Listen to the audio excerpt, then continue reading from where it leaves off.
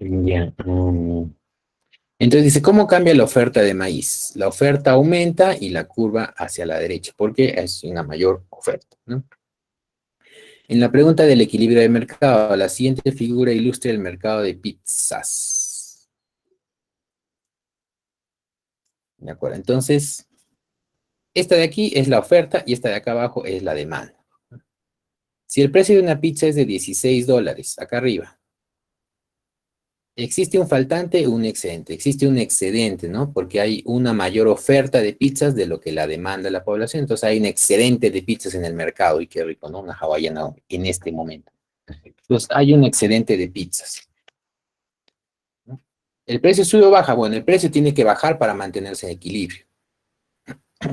¿Y por qué los vendedores estarían dispuestos a aceptar una pizza que cueste menos de 16 para poder vender todas las pizzas que tienen ahí acumuladas, ¿no? Es producción que está acumulada, entonces hay que venderlas si no van a salir perdiendo, ¿no? Porque a este precio no pueden vender todo lo que quieren, entonces tienen que bajar el precio para que se pueda vender todo eso. En el tema B, dice, si el precio de una pizza es de 12 soles, existe un faltante, entonces ahora estamos en el punto de acá abajo, ¿no? 12 soles la pizza, bajo este esquema, entonces tenemos un faltante de pizzas, ¿no? Porque hay una oferta de 100 cuando la demanda es de 300, entonces hay un faltante, ¿no? Por lo tanto, para un equilibrio, el precio va a subir. ¿Y por qué nosotros, los pizzeros, los consumidores de pizzas, estaríamos dispuestos a pagar más por una pizza? Porque no alcanzan todas las pizzas necesarias para satisfacer nuestra demanda. Entonces ya, pues sube el precio, ya. Ese es el motivo.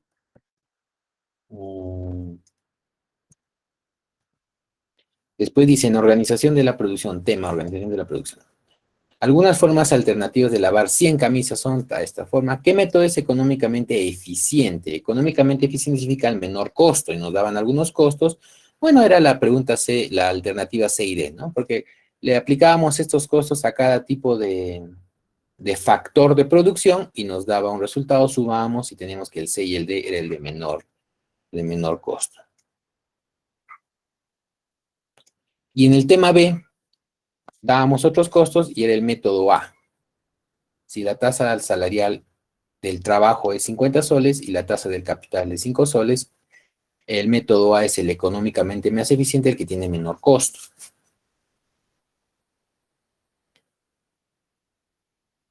En la pregunta 5, era sobre, bueno, economías de alcance, costos de transacción, economías de escala. Básicamente era la misma respuesta para tema A y tema B, porque no dicen la primera, ¿no? Dos empresas líderes en diseño, una en Estados Unidos, otra en Japón, trabajan con Microsoft en el diseño de la consola de Xbox. Tres empresas más diseñan el hardware y tres más el Xbox, la fábrica. ¿Cómo se reflejan los costos de transacción? Entonces, bueno, aquí lo que tenemos que decir es que eh, los costos, aquí se manejan los costos de transacción porque la empresa My Xbox,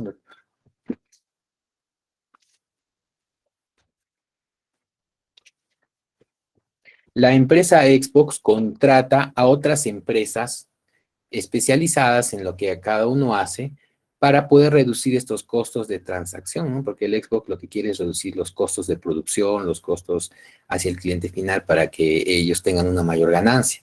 Entonces, al hacer negocios con otras empresas, están incurriendo en el tema de costos de transacción con el fin de minimizar sus costos, ¿no? De igual forma, las economías de alcance, ¿no? Alcance significa la especialización. Entonces, acá vemos que hay varias empresas que están especializadas en algún punto de la producción o de la cadena de suministro, sea en el diseño, sea en la distribución, sea en la fabricación. Entonces, también contratamos empresas especializadas para que logren menores costos. ¿De acuerdo? Entonces, de esta forma se reflejan las economías de alcance y los costos de transacción. Pregunta 6. El siguiente es el plan de producción de la empresa Tablas de Surf. Entonces, ¿en qué rango de producción? Bueno, ha habido varias respuestas posibles. Como era una respuesta abierta, entonces he tomado todas las respuestas posibles que sea a partir de 4 trabajadores o 160 tablas por semana, ¿no? Una disminución del producto marginal. Bueno, pero el producto marginal es básicamente la diferencia entre la producción que se tiene por cada unidad adicional de trabajador. Entonces es la diferencia, ¿no? De 30 a 70 es 40, de 120 menos 70 es 50, ¿no? Y así obtenemos el producto marginal, ¿no? Entonces, ¿a partir de cuál el producto marginal disminuye? Bueno, a partir de el cuarto trabajador y empieza a disminuir, ¿no? 40, 30, 20, 10, ¿no? En el rango de 4 trabajadores o 160 tablas por semana. Y en el tema B, la empresa experimenta un aumento del producto medio. Un ratito. Ya. La empresa experimenta un aumento del producto medio. El producto medio, acuérdense, es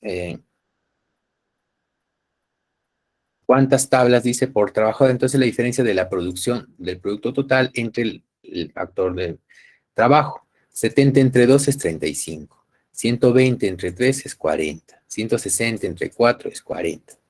Entonces, de igual forma, ¿no? La empresa experimenta un aumento del producto medio, aquí, pero también una disminución del producto marginal, acá. Entonces, por ejemplo, acá sube de 35 a 40, pero acá baja de 50 a 40, entonces, de igual forma, en el rango de 4 trabajadores o 160 tablas por semana, ¿no? A partir de ahí. Ese sí es algo más exacto. En la pregunta 7, con la misma empresa de tablas de SURF, nos dice que hallemos el costo total medio, o también que es igual al costo total unitario, de 180 tablas de surf por semana, ¿no? Entonces, aquí teníamos que trabajar, ¿no? La producción de tablas aumenta, dice, ¿no? El producto total de esta cantidad de trabajo aumenta en 50% cuando hay dos plantas, ¿no? Entonces, esas 180, tenemos el costo fijo, que es de 1.000 soles por semana, entonces, el costo fijo total cada fábrica es de 1.000 soles, cada trabajador recibe 500 soles por semana. Calculé el total por semana cuando la empresa opera dos plantas. De acuerdo, entonces son dos fábricas, son 2.000 soles. Acá nos dice que cada trabajador recibe 500 soles, son tres trabajadores, 1.500. Costo total, 3.500. Eh, entre 180, 3.500 entre 180 es 19,44 soles por tabla, ¿no? Entonces, esta era la respuesta, 19,44. Y en el otro caso, nos dice cuándo son 240 tablas de surf. Entonces son 1.000 soles por planta, son 2.000 soles. Aquí les pagan, creo, 500 soles por trabajador, 2.000 soles. Entonces la suma es el costo total fijo más variable, 4.000 soles. Y el costo total medio es 16,67 soles por tabla, ¿no? Que es 4.000 soles entre 240. Nada más. La siguiente pregunta sobre, ya entramos al tema de competencia perfecta y monopolio, las características de un mercado en competencia perfecta. Bueno, es una pregunta de teoría, ¿no? Ya para poder marcar, ¿no? Entonces, las características, ¿no? Es competencia perfecta, como el producto quesos en el mercado, ¿no? Eso es competencia perfecta. Muchas empresas venden a muchos compradores el mismo producto. No hay restricciones para entrar en industria, cualquiera puede entrar.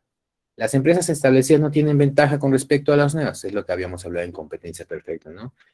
Así haya un productor de quesos con 1.000 años y entra uno nuevo y es el mismo producto, no tiene por qué haber ninguna diferencia.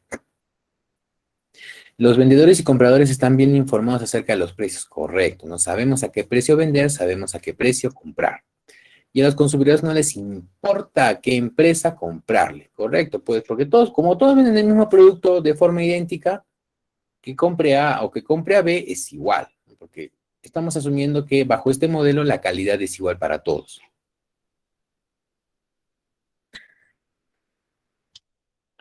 Luego sigue, a ver, en la siguiente pregunta, las características de un mercado en monopolio. Acuérdense, una sola empresa que produce un único bien, que no tiene sustitutos cercanos a este producto. Por eso es que solo hay una sola empresa, porque no existe un sustituto de este producto. ¿Y por qué? Porque existen barreras que protegen a este producto. Por ejemplo, el agua potable, ¿no? Es una empresa de monopolio. Puede haber barreras naturales de propiedad o legales y puede haber dos tipos de estrategia de precios. Un precio único para todos o una discriminación de precios por cantidad. No por cliente, sino por cantidad. Esa es la discriminación de precios. O sea, a mayor compra, a mayor cantidad de producto que tú me compres, te puedo dar un menor precio. Esa es la discriminación de precios. La pregunta 9 dice, ¿las empresas en competencia perfecta son tomadores de precios? Sí, porque el precio está en el mercado y se basa en la ley de oferta y demanda. Entonces, yo soy un nuevo productor, entro al mercado de quesos. ¿A qué precio lo tengo que vender? Al precio que está en el mercado. Tomo ese precio. Si yo soy un comprador, voy al mercado a comprar quesos. ¿A qué precio lo voy a comprar? Al precio que está en el mercado. Tomo ese precio y pago por él. ¿Verdadero? ¿Y las empresas en monopolio son tomadores de precios? No. Ellos disponen el precio. Las empresas en monopolio disponen el precio que quieren ganar, que es más allá del equilibrio de la oferta y la demanda. Es más alto. Después la siguiente, la pregunta 10. La curva de demanda de competencia perfecta es la curva de demanda del mercado y el ingreso marginal es inferior al precio. No, es la curva de demanda de monopolio. ¿De acuerdo? En un monopolio la curva de demanda es, mejor dicho, la curva de demanda de un monopolio es la curva de demanda del mercado. Y el ingreso marginal es inferior al precio, correcto. Claro, y acá está también, ¿no? La curva de demanda de un monopolio es la curva de demanda del mercado y el ingreso marginal es inferior al precio, ¿no? Está acá. La misma pregunta, solo que con diferente enfoque. Luego tenemos aquí, ya entramos a temas de macroeconómicos, tema del PBI, ¿no? El PBI nominal es la suma de las cantidades de bienes finales producidos multiplicada por sus precios constantes. No, es a precio corriente. El PBI nominal es al precio corriente, que significa al precio del año que corresponde. Por ejemplo, si vamos a sacar el PBI nominal del año 2020, es lo que producimos en el 2020 entre los precios del 2000, bueno, o multiplicada por los precios del 2020. Esos son precios corrientes, eso es PBI nominal. En cambio, el PBI real es la producción y a un precio constante. Entonces tenemos que tener un precio constante. Entonces, para eso tenemos que tener un precio base. 2007 es el precio base. Y como los precios de 2007 se repiten año tras año, por eso se les llama precios constantes, ¿no? Porque es el mismo precio año tras año. Ese es el PBI real, que es nuestra medida de productividad del país, ¿no? Estas preguntas ya son para entrar a la página web, por ejemplo, ¿no? ¿Cuánto fue el crecimiento del PBI para el cuarto trimestre? Menos 1.7, de acuerdo. Entonces, esta era para entrar a la página del INEI y encontrar el boletín trimestral para el cuarto trimestre del año 2020. Hubo una reducción de la producción nacional en 1,7%. O para el tercer trimestre hubo una reducción de la producción nacional del 9,4%. Bueno, acá tenía dos valores porque una cosa es lo que dice el tercer trimestre, no, una es lo que dice el boletín del cuarto trimestre y otro lo que dice el boletín del tercer trimestre. Este es el boletín del tercer trimestre y este es el boletín del cuarto trimestre, si no me equivoco. Entonces, ambas respuestas serán válidas si es que las colocaba. También dice cuál fue el índice de precios al consumidor para junio del 2020. También había que entrar a la página del INEI, ¿no? Al Sistema de Información Económica, si no me equivoco, y sacar ese dato, ¿no? Que habíamos hecho el ejercicio en clase, ¿no? Entonces, creo que sí era cuestión de recordar un poquito para ver cómo ingresábamos, ¿no? Y estos son los valores, ¿no? Uno para junio y otro para julio. Luego tenemos la pregunta 14. Explique la siguiente acción frente al desempleo. Fomentar una mejora de la educación y una vinculación de estas con las necesidades del mercado. Y bueno, acá era una respuesta libre, pero que tenía que estar orientada a decir que para combatir el desempleo, que es decir, las personas que quieren trabajar, pero no están trabajando en este momento, entonces podríamos educarlas mejor, ¿cómo se dice? Enlazar lo que necesita el mercado para que capacitarlos en esas competencias que faltan, de esta manera de poder enlazar. Yo les había hecho el ejemplo, ¿qué pasa si el Perú ahorita tiene una orientación de viaje al espacio? No tiene relación con lo que está pasando en el Perú, entonces no hay una relación entre la educación con lo que se está viendo de las necesidades del mercado. Entonces hay que ver qué necesita el mercado, qué tipo de especialistas, qué tipo de profesionales, con qué características, con qué estudios, ¿no? Para que los institutos y las universidades enseñen esto y de esta forma las personas egresadas estén capacitadas y se puedan unir al mercado laboral en base a las necesidades que tiene este mercado. ¿no? A las empresas. Entonces va a haber una mejora. Imagínense si ahora todos estudiamos física nuclear para ser de la NASA, pues aquí en el Perú no va a funcionar. No existe esta necesidad en el mercado, ¿no? La siguiente es promover la inversión y el ingreso de capitales para combatir la escasez relativa de capital. Entonces, el capital no está enfocado en el tema del dinero, sino en el factor de producción de capital, que son máquinas, herramientas. Entonces, falta maquinaria, falta industria. A ver, si yo soy un ingeniero industrial, estoy preparado para la automatización de procesos, estoy preparado para incrementar la productividad, pero no hay empresas, estoy desempleado. Entonces, las mismas empresas del Perú no me permiten trabajar porque hay una capacidad limitada también, ¿no? Entonces, ¿qué necesita hacer el Estado? Promover el ingreso de capitales extranjeros para que pongan empresas, para que pongan industrias, entonces se amplía el mercado laboral y ya yo puedo acceder a un trabajo. En eso consiste, ¿no? Esta acción frente al desempleo, ¿no? Permitir que empresas vengan al país, porque con las que tenemos actualmente no se logra abastecer, existe un faltante de empresas para que todos podamos trabajar.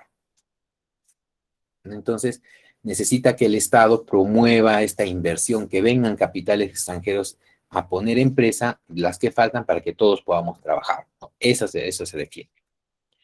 Luego dice, la siguiente pregunta sobre el tipo de cambio. Si un dólar es igual a 3 soles con 88, es el precio, cómo se lee, no?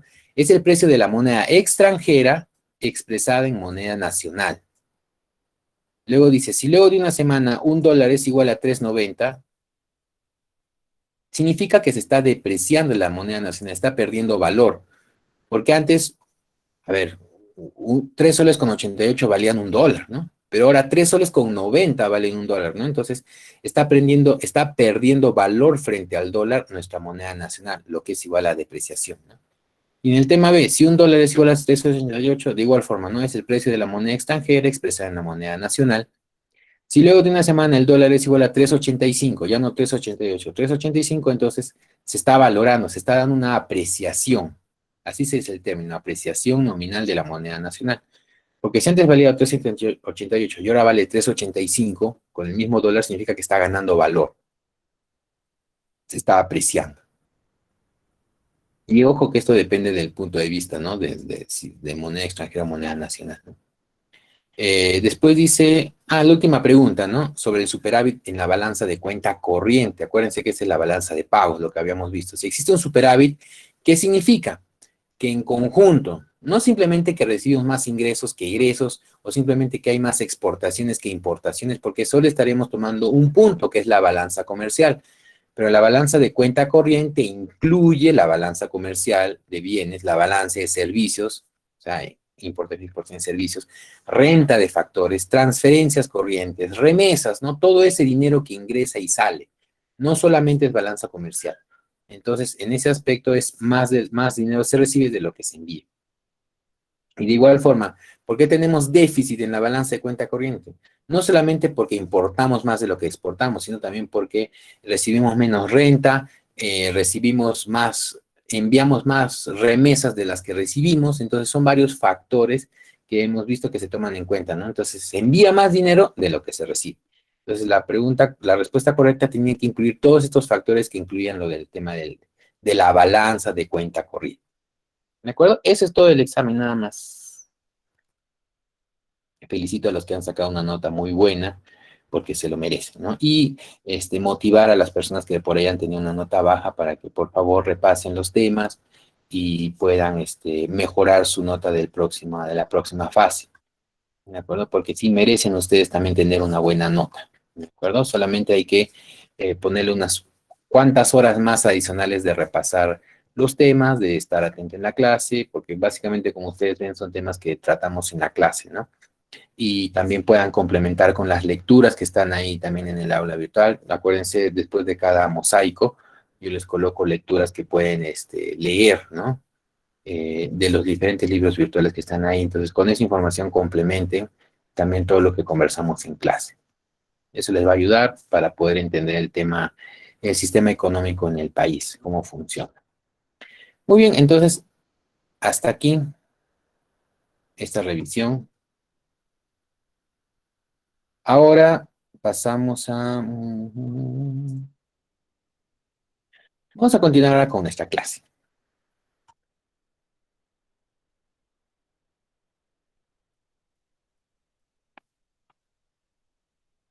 Y vamos a seguir con el tema de macroeconomía. Un tema muy interesante vamos a tocar ahora.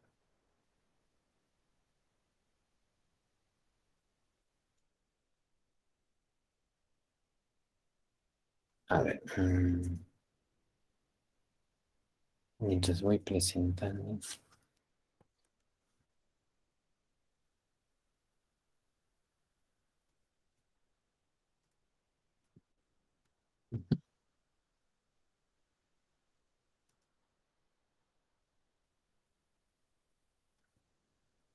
Bueno, este capítulo de las... Ah, tenía que contarles algo antes. Este... Bueno, pero esto ya lo comentamos después al final de la clase, ya más tranquilos. Ahora continuemos con nuestra clase. Entonces, hay un mensaje que les voy a dar después de la clase, al terminar. Bueno, vamos a entrar al tema de políticas económicas, que es el tema macroeconómico. Y vamos a empezar viendo política fiscal y política monetaria estas dos semanas que vienen. Bueno, esta y la siguiente, ¿no? Vamos a empezar viendo el tema de la política fiscal. ¿A qué se refiere? Para empezar, a ver, ¿quién me dice cuáles son las funciones del Estado? A nivel general, lo que se les ocurra, lo que piensen ahorita ustedes. ¿Cuáles son las funciones del Estado? ¿Qué debería hacer el Estado peruano? ¿Para qué está instalado? Acuérdense que todos tenemos una función que realizar en esta vida. Todas las instituciones tienen una función que realizar. El Estado en general, ¿cómo puede ser? A ver, ¿qué función tiene? A ver, aquí tenemos a Joseph, nos dice, gestionar la economía del país, ¿correcto? ¿No? Esa es una función del Estado, del encargado del tema económico del país. Daniel Alejandro nos dice distribuir las riquezas, también es una función del Estado. Cristian nos dice brindar bienestar a los ciudadanos, correcto, ¿no? Y el bienestar es una palabra muy amplia, ¿no? Porque implica bienestar económico, bienestar social, bienestar político, bienestar jurídico, ¿no? Es una palabra bien amplia. Muy bien, Cristian. A ver, ¿quién más? ¿Quién más dice qué debe hacer el Estado? ¿Cuál es su función? ¿Para qué se ha creado el Estado? Dice. Garantizar los servicios básicos a los ciudadanos. Muy bien, correcto, Waldir, ¿no? A que todos podamos tener acceso a los servicios básicos, ¿no? Todos los ciudadanos del Estado peruano, ¿no? No solamente unos cuantos, sino todos, ¿no? Por eso hablaba Daniel de distribuir las riquezas, ¿no? Mm, y cuando, bueno, hablamos de distribuir riquezas, acuérdense que yo les había dicho, por ejemplo, el tema de escasez no significa que no haya, significa que es limitado, ¿no? A nivel económico, escasez significa limitado. Entonces, de igual forma, cuando decimos distribuir riqueza, significa distribuir los recursos que tenemos como país entre la mayoría de la población, ¿no? Para que pueda alcanzar a casi toda la población, no se puede a todos, pero sí a la mayoría, ¿no? Entonces, distribuir los recursos que genera el Estado, que generan las personas, para todos, ¿no? Ese significa distribuir las riquezas. ¿Quién más? ¿Quién más le quiere poner una función al Estado? Al próximo presidente del Perú, que le ponga una función. ¿Qué es lo que tienes que hacer?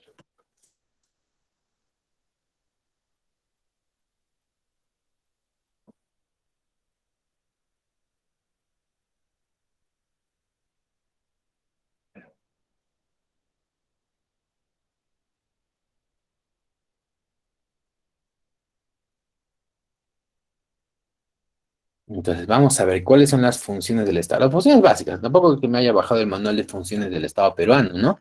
Pero estas son, por ejemplo, administrar justicia, poder judicial. En el Estado peruano, judicial, que esperamos tanto de la justicia, ¿no? Luego, asegurar la provisión de bienes y servicios públicos, ¿no? Lo que nos comentaba Waldir, ¿no? Que los bienes y servicios públicos puedan llegar a toda la población.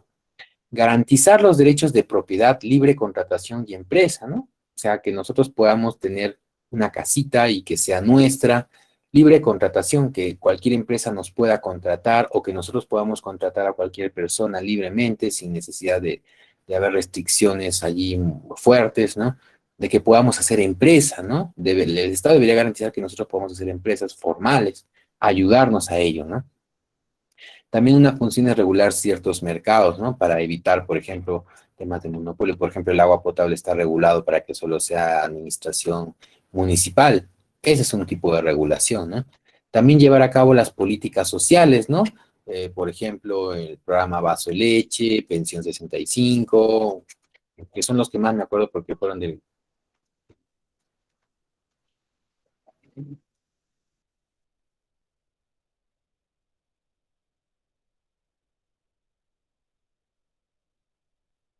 Entonces, todas esas políticas sociales que son de ayuda, ¿no? De bienestar, ¿no?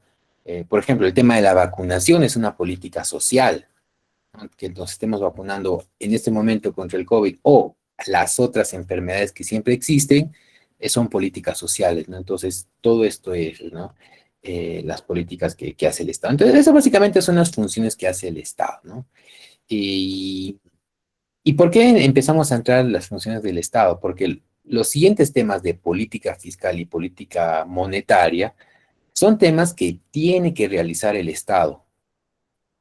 ¿De acuerdo? Eso es lo que tiene que hacer. Son los temas que tiene que, como decía muy bien Joseph, gestionar. Vamos a gestionar la economía del país, ¿no? Entonces, ¿a través de qué? A través de una política fiscal y a través de una política monetaria. De esta forma va a gestionar la economía del país el Estado, en este caso el Estado peruano. Entonces, lo que vamos a ver primero, cómo va a gestionar la política fiscal del país. Entonces, tenemos que entender que para la política fiscal estamos hablando de las finanzas públicas, así se llaman, ¿no? Las finanzas públicas. ¿Qué son las finanzas públicas? Son todas esas decisiones que realiza el Estado, en este caso el Estado peruano, respecto a la financiación de actividades y asignación de los recursos públicos, ¿no? Financiación de actividades. A ver, por ejemplo, financiar actividades puede ser obras de infraestructura, llevar a cabo los procesos de vacunación, es una actividad también. Eh, el tema de pagos a los profesores, el tema de pagos a los doctores que trabajan en el gobierno, ¿no? En el Estado, son una serie de actividades que el Estado tiene que cubrir, tiene que financiar todas estas actividades, ¿no? Por ejemplo, la construcción de carreteras, la construcción de puentes, la construcción de colegios, la construcción de hospitales, todo esto tiene que ser financiado, o sea, alguien lo tiene que pagar. ¿Por qué? Porque es un gasto que se tiene que hacer. Y también la asignación de recursos públicos, ¿no? Los recursos monetarios, ¿no? Hablamos del presupuesto, ¿no? Entonces, el presupuesto es un recurso público, el presupuesto de la República es un recurso público y hay que asignar. ¿Cuánto porcentaje del presupuesto a temas de educación? ¿Cuánto del porcentaje del presupuesto a temas de salud? ¿Cuánto del porcentaje del presupuesto a temas de economía? ¿No? Entonces, esas son las finanzas públicas. Entonces, pero básicamente de esto se encarga el Ministerio de Economía y Finanzas, ¿no? De poder tomar decisiones respecto a cómo financiar las diferentes actividades que realiza el Estado, las que les mencionaba, y cómo asignar los diferentes recursos, ¿no? Entonces, en esto consisten las finanzas públicas, es cómo gestiona la economía el país, ¿no? A través de que necesita gestionar las actividades y la asignación de recursos, entonces esto se llama finanzas públicas. La participación del Estado en la economía se mide comparando los ingresos y gastos públicos con el PBI. Vamos a ver ahorita eso. Cuando los gastos son mayores que los ingresos, los gobiernos deben buscar financiamiento adicional. Como cualquier empresa. Imagínense que necesitamos, por ejemplo, imagínense que cada uno de ustedes tiene una empresa. Puede ser de elaboración de chocolate, elaboración de zapatillas, producción de yogur, producción de queso. Entonces, ustedes tienen unos ingresos regulares y unos gastos regulares, corrientes. Pero si, por ejemplo, ustedes quisieran ampliar su línea de producción, ampliar su planta de producción, lo que ustedes tienen que hacer es, a ver, no tienen el suficiente dinero en este momento, lo que tienen que hacer es buscar un financiamiento adicional, que puede ser alguna entidad financiera, o buscarse préstamos de algún amigo, algún compañero, algunos inversionistas, buscar ese financiamiento que les ayude a crecer como empresa. De igual forma, el Estado, ¿no? Tiene gastos que realizar, por ejemplo, gastos, de repente en este tema de la vacunación ha realizado mayores gastos, entonces ha tenido que buscar financiamiento para poder cubrir esos gastos, ¿no? Porque el Estado no tiene recursos monetarios infinitos, al igual que una persona que tiene un bolsillo, Al igual que una empresa que tiene una cuenta corriente, también el Estado tiene una capacidad de gasto limitada. No puede gastar. Así se vean muchos ceros en la economía de un país, pero también tiene una capacidad limitada de gasto. Entonces, tiene un presupuesto también. Entonces, cuando ve que va a tener más gastos de lo que está recibiendo, necesita un financiamiento adicional. ¿Quién me dice cómo, quién me dice cuáles son los ingresos que percibe el Estado? ¿Cuáles son los ingresos que percibe el Estado?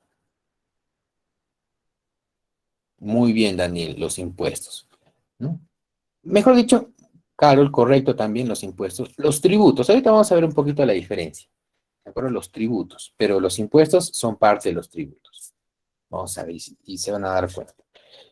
Pero antes de ello vamos a explorar los datos del Banco Mundial otra vez. Entonces, vamos a ver acá, datos Banco Mundial. La página es, a ver,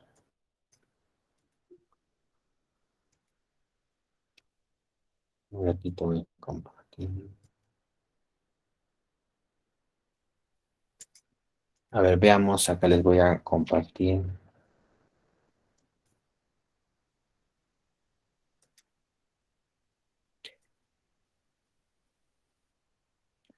Lo que vamos a buscar es los ingresos y gastos públicos del Perú en relación con su PBI. ¿De acuerdo? Es lo que vamos a buscar. Entonces entramos a datos Banco Mundial, luego nos vamos a indicadores, acá el sector de indicador, indicador, indicador. Y en indicadores vamos a la parte económica, ¿no? Acá está a la derecha. Economía y crecimiento. Nos vamos aquí. Y por acá había, por ejemplo, ¿no? Gasto como porcentaje del PBI.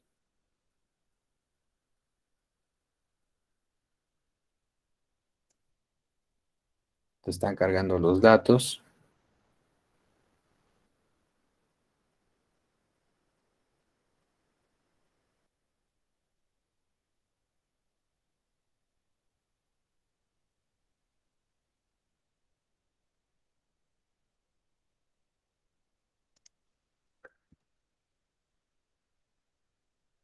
Vamos a buscar Perú.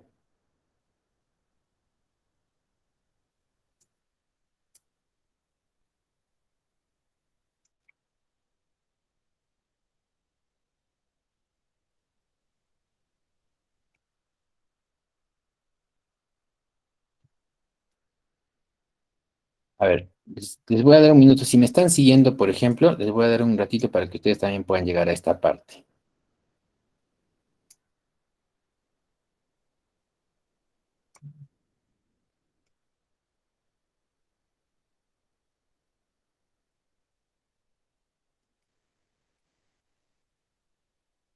Ah, estaba equivocando. No estoy viendo bien. A ver, les voy a dar un minuto para que lleguen también a esta parte.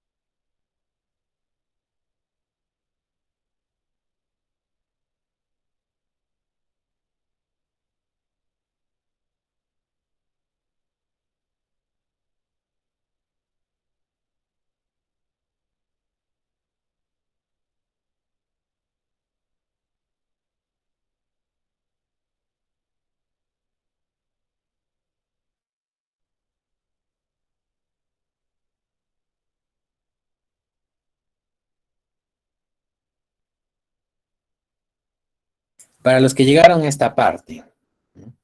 Pues acá estamos viendo este indicador que se llama gasto como porcentaje del PBI. ¿De acuerdo? Entonces, acá, por ejemplo, nos dice que, por ejemplo, para el año 2019, el Perú gastó un 20% de su PBI, gastó un 20% de su PBI en temas de financiación de actividades públicas. Eso es lo que se refiere, ¿no? El Perú ha gastado en el año 2019 el 20% de su producción nacional. Acuérdense que lo comparamos siempre contra la producción nacional gastó el 20% de ese resultado, lo gastó en actividades en actividades de financiación pública, ¿no? Por ejemplo, puede ser todo el tema del gasto de planilla de los doctores, de los profesores, obras de infraestructura, todo lo que gasta el Estado está representado como un 20% del PBI. Entonces es un indicador, por ejemplo, 2018, 19%, 2017, 20%. Entonces refleja un poco la capacidad de gasto del país con respecto a su PBI, ¿no? Entonces, como siempre, acá lo podemos comparar con otros países, ¿no? O sea, a ver, ¿quién me dice con qué otro país les gustaría comparar la capacidad de gasto del Perú? ¿Con qué país le ponemos? Lo compara. Chile. A ver, Joseph, con Chile nos dice, a ver, vamos a poner acá entonces.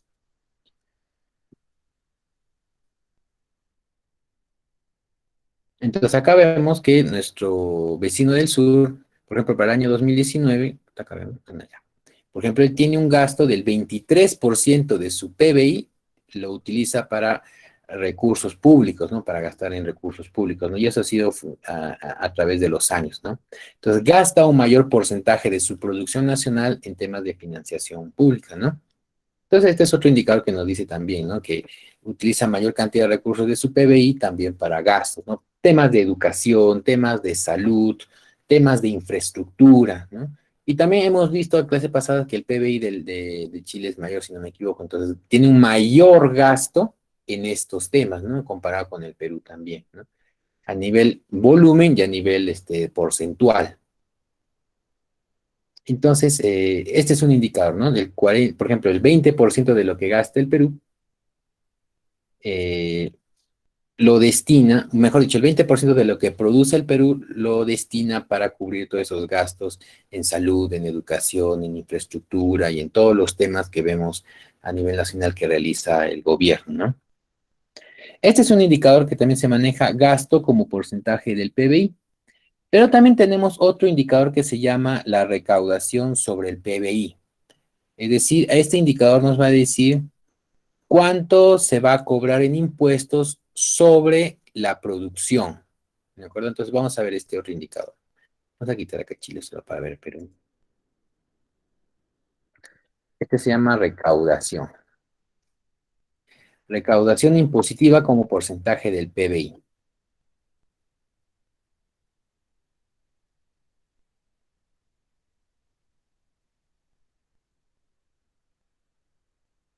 Entonces, por ejemplo, el Perú tiene un 14,52% de que cobra en impuestos con respecto a su producción nacional, ¿no? Esto es lo que nos dice, que el Perú cobra en impuestos el 14% de la producción, de lo que se produce a nivel nacional.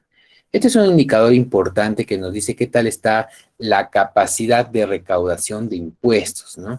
Y estamos viendo que, por ejemplo, a través de los años ha ido bajando, ¿no? Del 2014 fue un indicador muy bueno, 16% de lo que es, 16% del PBI es lo que una cantidad similar se recaudaba. El 16, es como decir, ¿no? En el año 2014 se recaudó en impuestos el 16% del PBI de la producción, ¿no? Entonces, es un buen indicador de recaudación, ¿no? Sin embargo, a través de los años ha ido bajando, ¿no? Se ha estado recaudando menos, ¿no? Tenemos un punto bajo en el 2017, 13% del PBI se recaudó en impuestos, ¿no?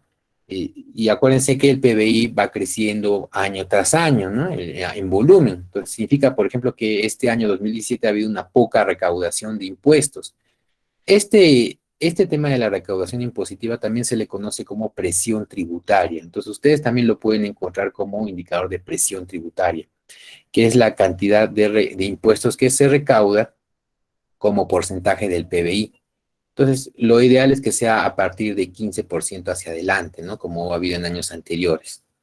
¿no? Eso ya indica. Y siempre las políticas del Estado están orientadas a incrementar esta presión tributaria, ¿no? A incrementar la recaudación como porcentaje del PBI, ¿no? Entonces, estos son indicadores importantes que tenemos que considerar. Por ejemplo, ¿no? Si comparamos, el gasto ha sido, a ver, veamos un poquito, ¿no? Para el año, acá no puedo poner las dos tablas a la vez, pero acuérdense que para el año 2019 habíamos visto que teníamos un gasto del 20% del PBI y tenemos una recaudación del 14,51% con respecto del PBI. Entonces, por un lado tenemos, se gasta un 20% del PBI y por otro lado tenemos un ingreso del 14% del PBI. ¿Qué les puede dar, qué indicios les puede dar esta información? En el Perú, por ejemplo, se gasta un 20% del PBI y se tiene como ingresos un 14% del PBI. ¿Qué les podría decir este dato, por ejemplo?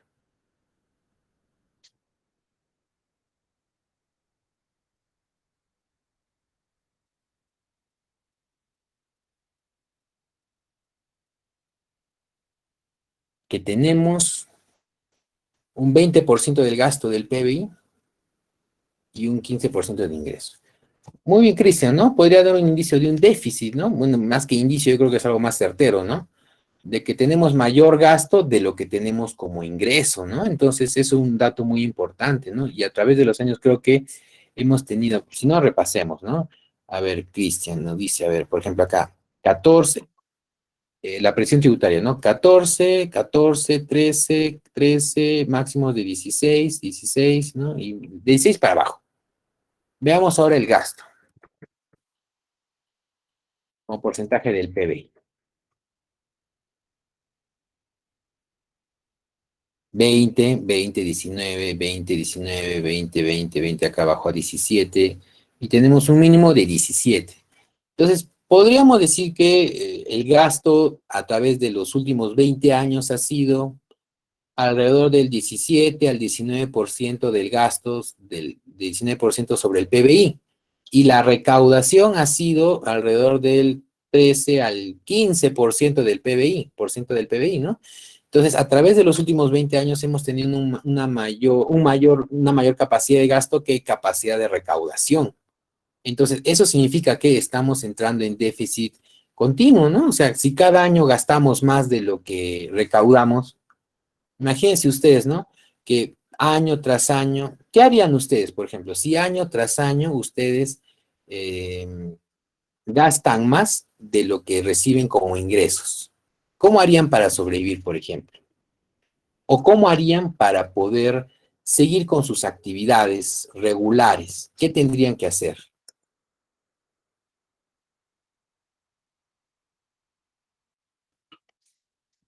Si ven que año tras año están gastando más de lo que están teniendo como ingresos y quieren seguir con sus mismas actividades regulares, ¿qué tendrían que hacer? A ver, por ejemplo, Cristian nos dice pedir préstamos, Carol nos dice reducir gastos. Esa es una... Eso, por ejemplo, lo que ustedes están mencionando, Cristian y Carol, es política fiscal, ¿no? Una política fiscal del Estado es para seguir haciendo lo mismo, porque, a ver, de repente el Estado quiere seguir gastando lo que gasta, ¿no?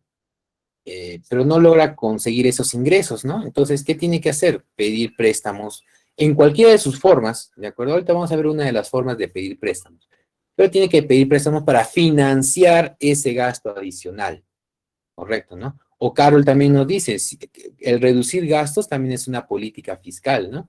Es decir que, a ver, tengo, no sé, 1 millón de docentes, mucho gasto, vamos a reducir la cantidad de docentes.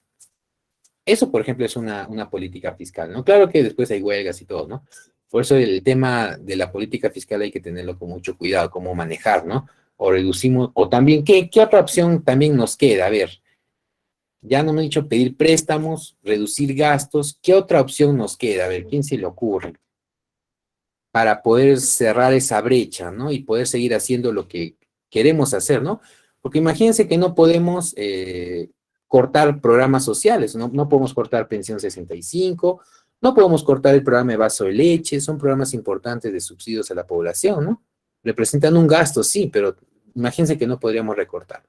¿Qué otra cosa deberíamos hacer como Estado para cerrar esa brecha de déficit? ¿O qué otra opción tiene, mejor dicho? ¿Qué otra opción tiene el Estado?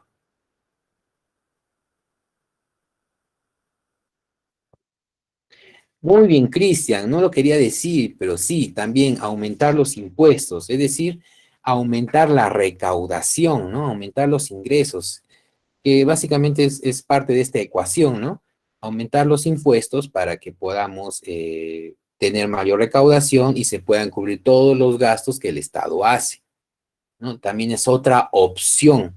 Pero vamos a ver cuáles son las consecuencias de las opciones que tiene el Estado en esta materia fiscal. ¿De acuerdo? Entonces es importante que lo podamos tomar en cuenta, ¿no? Ya estamos viendo cositas de política fiscal de lo que puede hacer el Estado, ¿no? O puede pedir préstamos, y no necesariamente a nivel internacional, a nivel internacional, ¿no? Pedir préstamos, reducir sus gastos o aumentar sus impuestos con tal de cerrar esta brecha, ¿no? Bueno, vamos a curiosear un poquito también, a ver, ya hemos visto, por ejemplo, que nuestro vecino del sur, vamos a poner acá Chile, ¿cuánto tenía de gasto? A ver, tenía un 23% del gasto, ¿no? Y su media estaba en 23, 22, 21, 20, 19, bueno, ha estado muy irregular, pero creo que el mínimo ha sido 18, me parece, ¿no? 15 ha tenido bajo, ¿no? Bueno, pero con una media de 20, me parece, ¿no? Un gasto. Vamos a ver su recaudación.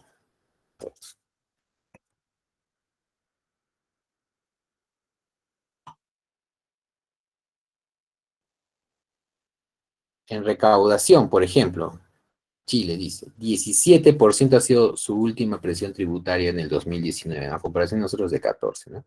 De igual forma, también este país tiene un mayor gasto que ingreso, ¿no? Sin embargo, tiene una mayor presión tributaria, ¿no? O sea, puede recaudar más dinero en su economía a comparación de nosotros, ¿no? Ellos tienen una media de 18, 17 y nosotros tenemos una media de entre 13 y 15, ¿no? Entonces, tienen mayor capacidad de recaudación, ¿no? Ahora, estas son políticas fiscales de cómo hacemos para recaudar más impuestos. ¿Quién se le ocurre una idea de cómo podemos recaudar más impuestos? La idea es recaudar más. Ojo, la idea es recaudar más. A ver, ¿qué formas hay para recaudar más? Una de las formas, Cristian nos dijo, es aumentar los impuestos. Ya. Es decir, que el IGB ya no sea 18%, sino que sea 30%. Ya. Esa es una forma. ¿Qué otra forma podríamos recaudar mayor cantidad de impuestos? A ver, ¿quién se le ocurre una idea?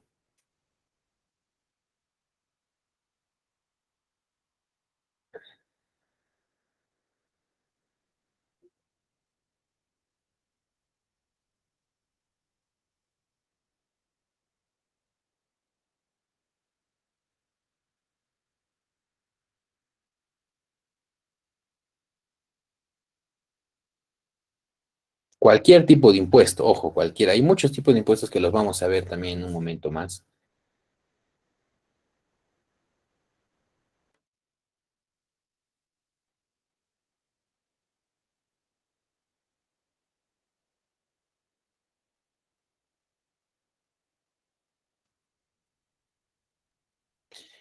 Impuestos por morosidad y multas de tránsito. Esa es otra forma de recaudación impositiva, Cristian. Muy bien, ¿no?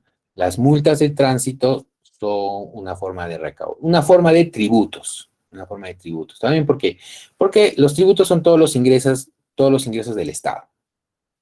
Entonces, por ejemplo, por ahí de repente subir la morosidad por un de tránsito, y que también ha pasado, ¿no? Por ejemplo, ya la nueva escala de multas, ¿no? O nuevas multas que se coloquen también son formas de incrementar, ¿no? Claro que no están enfocadas a recaudar más, ¿no? Sino también a amonestar a las personas que se comportan mal, ¿no? Una de las formas, por ejemplo, también para aumentar la recaudación, no aumentar impuestos, aumentar la recaudación, que es distinto, por ejemplo, es apuntar más a la formalización, ¿no? Que eso, todos los gobiernos creo que tienen algún discurso relacionado a la formalización de las empresas. Mientras más empresas formales haya, más impuestos se va a cobrar. Pero justamente eso es lo que no queremos los empresarios, ¿no? Pagar impuestos. Entonces ahí hay dicotomía, ¿no? El Estado quiere cobrar más impuestos y nosotros no queremos pagar menos impuestos, ¿no? Entonces, por eso es que la política fiscal tiene que estar orientada a hacer atractiva la formalización, ¿no? Para que el Estado pueda captar mayores fondos de esta parte. Y cualquiera de sus fondos, ¿ah? Porque cuando una empresa es formal, veamos el caso, cuando una empresa es formal puede recaudar, el Estado puede recaudar impuestos por el IGB que vende de sus productos. O sea, digamos, yo soy una empresa que elaboro quesos. Si yo soy formal, el Estado empieza a captar impuestos cuando yo vendo el queso y tengo más ingresos por IGB, ¿no? El Estado. También esta empresa de quesos, o al ser formal, paga un impuesto a la renta. Segundo tipo de impuesto, ¿no? Un impuesto a la renta. Anualmente paga un impuesto a la renta o mensualmente. Y también al tener trabajadores en planilla, estos trabajadores también pagan impuestos, impuesto a la renta. Si no me equivoco, la empresa paga un impuesto mensual que es renta de tercera categoría y los trabajadores que están en esta empresa pagan impuestos a la renta de quinta categoría. Entonces son tres tipos de impuestos que puede pagar la empresa al Estado. Entonces, cuando hay una formalización, imagínense, hay tres ingresos de dinero que puede haber, ¿no? De repente la solución está por aquí, ¿no? Para formalizar que el Estado, que la empresa no pague tantos impuestos, ni tres impuestos que tiene que pagar. De alguna forma tendría que haber alguna motivación, ¿no? Pero por allí va la política fiscal, ¿no? ¿Cómo hacer más atractiva esta formalización? Porque el Estado puede captar tres tipos de impuestos a través de ello, ¿no? Entonces, estas son algunas políticas, ¿no? A ver, vamos a ver un país más. Por aquí me causó curiosidad. Este, un país que se llama Singapur. No sé si alguien ha ido alguna vez a Singapur. Ha pasado por ahí. Levanten la manito virtual quien ha ido a Singapur. ¿Nadie?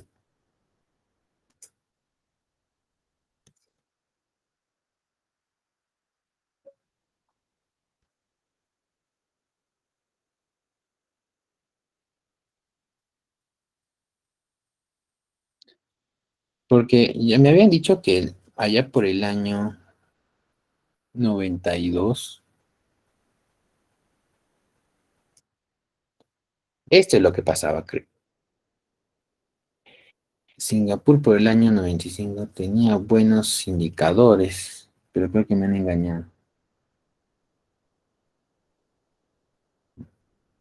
No era la recaudación, era del gasto. Vamos a ver gasto.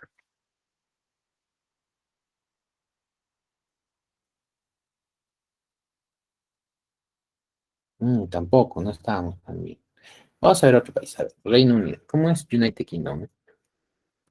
O Reino Unido.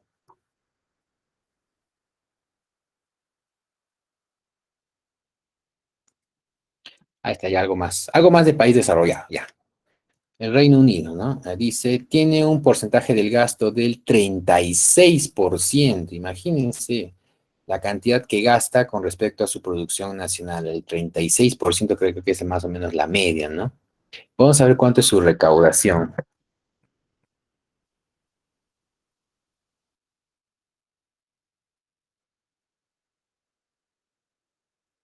También está en déficit. 25% de su presión tributaria. Imagínense este nivel de recaudación. 25% de la producción se está recaudando. Entonces, bastante. Tenemos un ingreso del 25% del PBI y un gasto del 36%, ¿no? Entonces son algunas diferencias de un país que está desarrollado, de otro país que está en vías de desarrollo, ¿no? La capacidad de poder recaudar los impuestos en este país, ¿no? O sea, alguien sugiere otro país de repente para poder visitar y viajar momentáneamente. A ver, Estados Unidos, no dice Cristian, vamos a ver.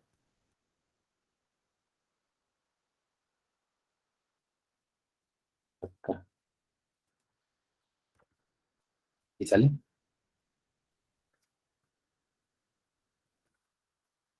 Estados Unidos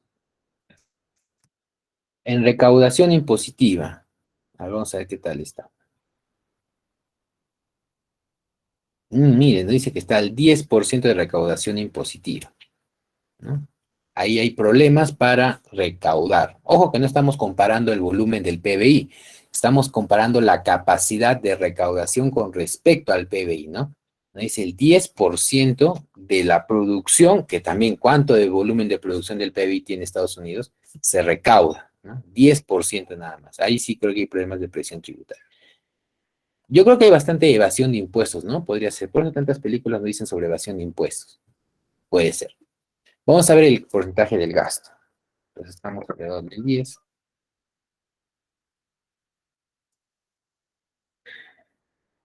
Y en el tema del gasto, está alrededor del 22%. Imagínense, gasta el 22% del PBI y recauda el 10% del PBI. Aquí la brecha es mayor, ¿no? Aquí la brecha es mayor, entonces la política fiscal tiene que ser distinta, ¿no? En un país netamente capitalista.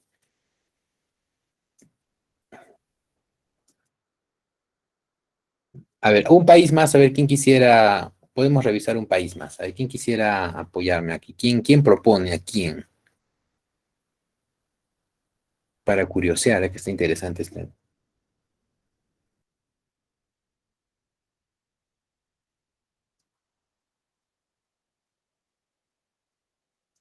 No les interesa otro país, la India,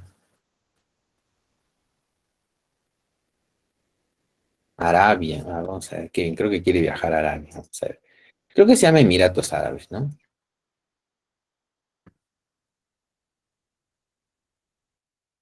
Donde grabaron, ¿no? Rápidos y Furiosos y el automóvil se pasa de torre en torre, ¿no? Porcentaje del gasto, dice. Uy, está bajito. Y esto, yo creo que acá hay problemas de, como se dice, de data. No todos los países entregan bien su información al Banco Mundial, creo. Lo que nos dice es que hay un porcentaje del gasto del 4% de su PBI se gasta el Estado Emiratos Árabes. Vamos a poner la recaudación. Y después, bueno, yo voy a terminar con otro país que me causa curiosidad también. En temas de recaudación,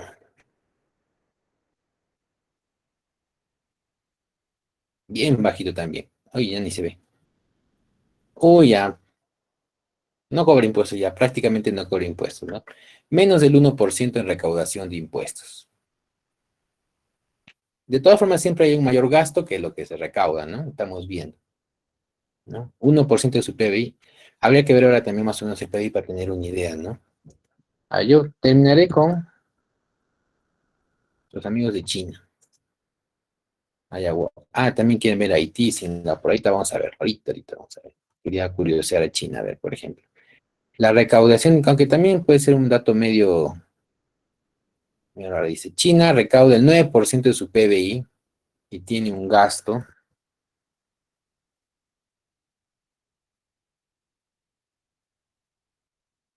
de cuánto, a ver. Uy, ya no aparece. Reino Unido, Perú, Estados Unidos, creo que no entra. A ver, vamos a ver. De repente ni dice, a ver. Vamos a quitar acá Emiratos. Ah, Reino Unido. Creo que no hay información. No brindan información. No saben, no conocen. A ver, vamos a ver. Haití y Singapur. Y a Singapur.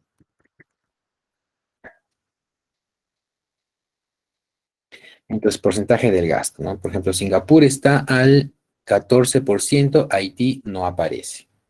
No hay información. Aquí está. Singapur, 14% de su PBI es lo que logra recaudar en impuestos. No, perdón, es lo que logra gastar en actividades públicas, ¿no? Y en recaudación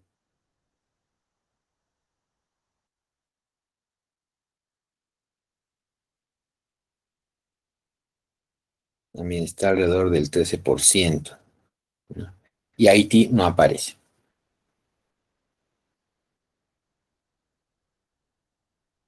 Pues más o menos podemos ver cómo es la política fiscal, cómo se están moviendo los países. Siempre estamos viendo que siempre hay un mayor gasto con respecto a la recaudación, ¿no? Siempre el porcentaje de gasto es mayor de lo que se recauda. Ujú. ¿no? Y hay países como Reino Unido que tienen indicadores bien altos de recaudación y de gasto, ¿no? Cerca del 40% de gasto, cerca, no tanto, ¿no? Y hay otros países que, bueno, estamos bajos nosotros, ¿no? Entonces, una meta, por ejemplo, ¿no? Si hay otros países que logran una recaudación de 20%, por ejemplo, entonces yo creo que el Perú debería tener una meta similar, ¿no? Como meta, ¿no? Como objetivo a lograr, no sé qué les parece a ustedes, ¿no? De aquí a ver, al término del próximo 5 años, ¿qué meta ustedes colocarían como recaudación? A ver, vamos a poner, acá estamos, ¿no? Actualmente estamos, vamos a quitar estos países de por aquí que no nos dan mucha información. A ver, miren ustedes, actualmente estamos en 14% de recaudación, 2014, 16 y así. De aquí a 5 años, ¿cuánto ustedes esperarían que el Perú pueda lograr en recaudación impositiva con respecto a su PBI? ¿Cuánto deberíamos recaudarse en tributos, mejor dicho, ¿no? ¿Cuánto? ¿A cuánto debería llegar?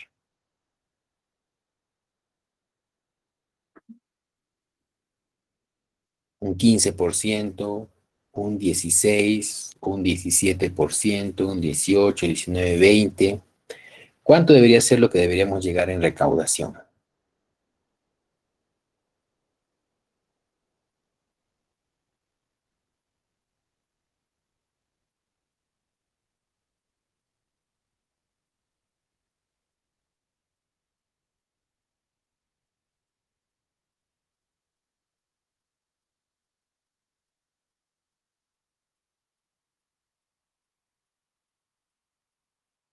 Alguien que se anime.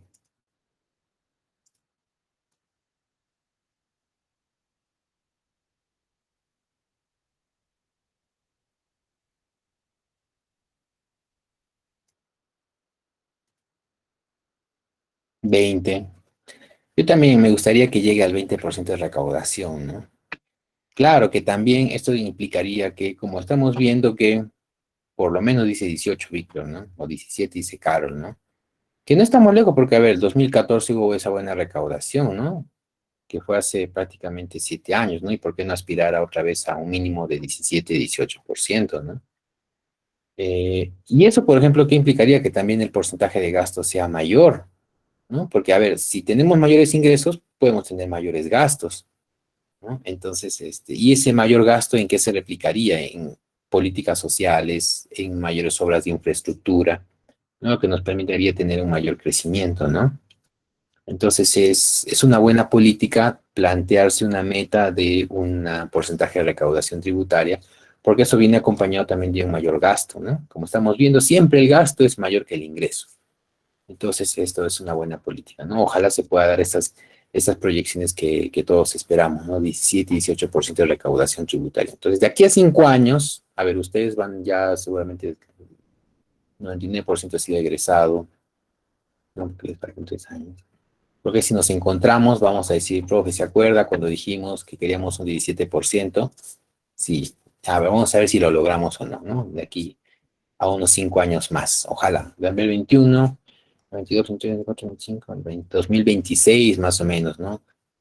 Más o menos. ¿Qué será? Vamos a ver. Bueno, sigamos avanzando entonces. Vamos a interrumpir.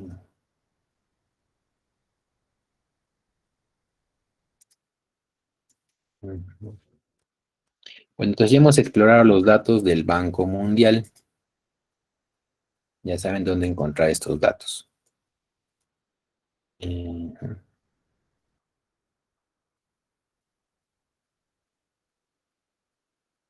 Vamos a terminar con el siguiente tema. Bueno, acá están los datos, como les decía, ¿no? Bueno, acá he hecho la tablita para que puedan ver cómo se va comportando, ¿no? La recaudación alrededor del 14, 13, 15% y el gasto, ¿no? Alrededor del 20, 19%, ¿no? Cómo se ha ido manejando. La política fiscal está relacionada, les había dicho, a las finanzas públicas, ingresos y gastos, ¿no? Los ingresos del Estado principalmente son los ingresos tributarios, ¿de acuerdo? Los ingresos tributarios. También existen otros ingresos, que eso ya se dio en la etapa, en los años 90, que era la privatización de empresas, porque, bueno, Les iba a decir acuérdense, pero ustedes pues todavía estaban encarnados en otra persona, ¿no? Allá por el año 90 seguramente, ¿no? Pero en los años 90 había muchas empresas que eran de propiedad estatal, porque vino de un proceso de estatización que también fue en los 70. Entonces, así vamos en el Perú, pues, ¿no? Se estatiza, se privatiza, quién sabe, mañana se vuelve a estatizar, quién sabe, mañana se vuelve a privatizar, así estamos. La cosa es que de los años 70 se formaron muchas empresas estatales, de una de ellas es Petroperú, también había la Compañía Nacional de Teléfonos, es de un montón de empresas.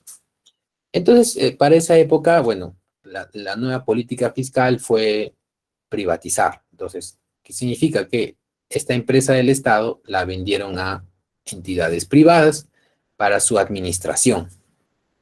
Entonces, por la venta de estas empresas también hubo un ingreso para el Estado, ¿no? Por la venta de empresas estatales. Pero eso después es esporádico, pues eso solo es cuando hay empresas estatales, ¿no? Actualmente siguen habiendo, pero ya no están en venta. Entonces, no, por eso los únicos ingresos del Estado son los ingresos tributarios. ¿De acuerdo? Vamos a llamarle ingresos tributarios. No solamente ingresos por impuestos, sino se le llama ingresos tributarios. ¿Por qué? Porque hay una clasificación según el beneficio que obtiene el contribuyente. ¿Quién es el contribuyente? Quien paga los tributos. No estoy diciendo impuestos, sino tributos. El contribuyente es el quien paga los tributos. ¿Qué tipo de tributos existen? Por ejemplo, lo que se llaman las tasas. ¿Quién ha ido a sacar duplicado de DNI últimamente? A ver, yo voy a levantar la mano virtual porque yo sí he ido en marzo, me parece, no, en febrero, antes del cierre fui a sacar duplicado de DNI. A ver, ¿quién nos dice? Yo se vas a ir a sacar. ¿Has ido a sacar, yo sé? ¿Se te perdió el DNI o porque ya te tocaba? Se me perdió el TNI Ah, otra vez. bueno. Caserito entonces ya de la RENIEC, ya. Está bien, entonces, ¿cuánto era la tasa, por ejemplo? ¿Te acuerdas, Joseph? Ah, no, la verdad no, pero sí fue también a comienzos de año, también por marzo, fue antes de las elecciones, justo una semana. Yo también fui por esa fecha. Más o menos las tasas para temas de RENIEC, por ejemplo, están entre 20 a 40 soles, más o menos. Entre duplicados, actualizaciones, algunas son gratuitas, ¿no? Pero más o menos, si ustedes van, por ejemplo, a la RENIEC, tienen que hacer un duplicado, van a pagar una tasa, ¿no? Que es como el pago por el servicio que se les brinda, ¿no? O sea, voy a duplicar mi DNI, ya tienes que pagar 25 soles, por decir, ¿no? Esta es una tasa, es una recaudación para el Estado, ¿no? Y aquí el beneficio, por ejemplo, es un beneficio directo para el contribuyente, ¿no? Porque yo pago esos 25 soles y a cambio yo tengo directamente el duplicado de mi DNI. Es una contribución directa. ¿Mm? Entonces, este es un beneficio directo que yo tengo, ¿no? Entonces, por ejemplo, si ustedes van a sacar de repente, ya no el DNI, sino su pasaporte, también hay una tasa por la actualización o por sacar un pasaporte nuevo, ¿no? ¿Quién es el beneficiario directo de ese pago? Ustedes, pues quien saca ese pasaporte, ¿no? No hay más, no es que esos 25 soles son para beneficiar a otro contribuyente, no, ustedes son los beneficiados, ¿no? Entonces, las tasas son, por ejemplo, también son un tipo de recaudación del Estado, ¿no? El otro tipo se les llama contribuciones, porque la relación aquí también ya no es tan directa con el contribuyente, es directa en cierta medida. Por ejemplo, cuando pagamos los arbitrios municipales, es un tipo de contribución al beneficiario, al contribuyente, pero ya no tan directa, ¿no? Porque, a ver, pagamos por el uso de parques y jardines, ¿no? Por la limpieza de parques y jardines a nuestra municipalidad. Pero esos parques y jardines no son solo para nosotros, sino es para toda la comunidad cercana. Entonces, es un beneficio directo, pero no tan directo, ¿no? O sea, nos beneficiamos por ese pago de contribución, pero no necesariamente solo para nosotros, ¿no? Como es el caso de las tasas.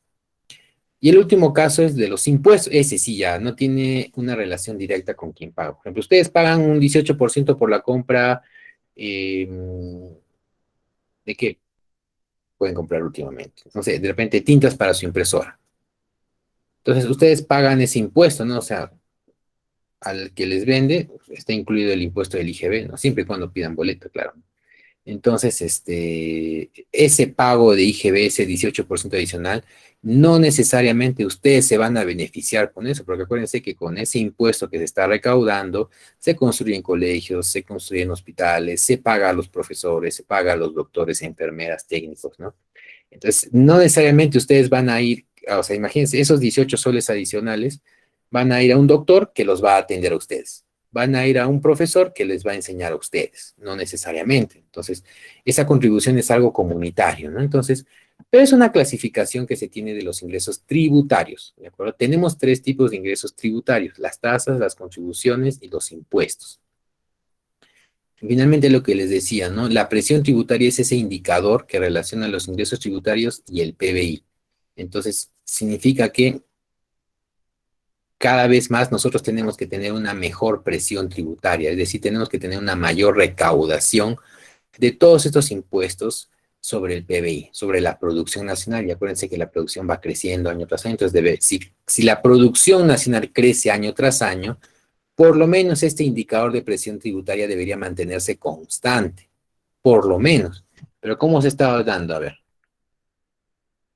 Uy, imagínense, el PBI va creciendo año tras año, la recaudación también debe mantenerse igual, ¿no? O sea, un mismo porcentaje. Sin embargo, ha estado creciendo la producción y la recaudación ha estado bajando. Entonces, estamos recaudando menos de lo que debería, ¿no? Entonces, ahí tenemos problemas fiscales, ¿no? Y esos son los últimos 5 años, ¿no? 5 o 7 años ha habido este problema, ¿no? Porque en 2014 estábamos bien. Y esta es una de las consecuencias de la inestabilidad política, cultural, social que existe. El Estado, en vez de estar enfocándose en una mayor presión tributaria, se estaba enfocando en mantenerse en el puesto, ¿no? O mantener esa estabilidad, ¿no? O sea, enfocando sus esfuerzos a otra cosa que no es la política económica. Entonces, estos son los resultados de que haya inestabilidad política, social, cultural en el país, ¿no?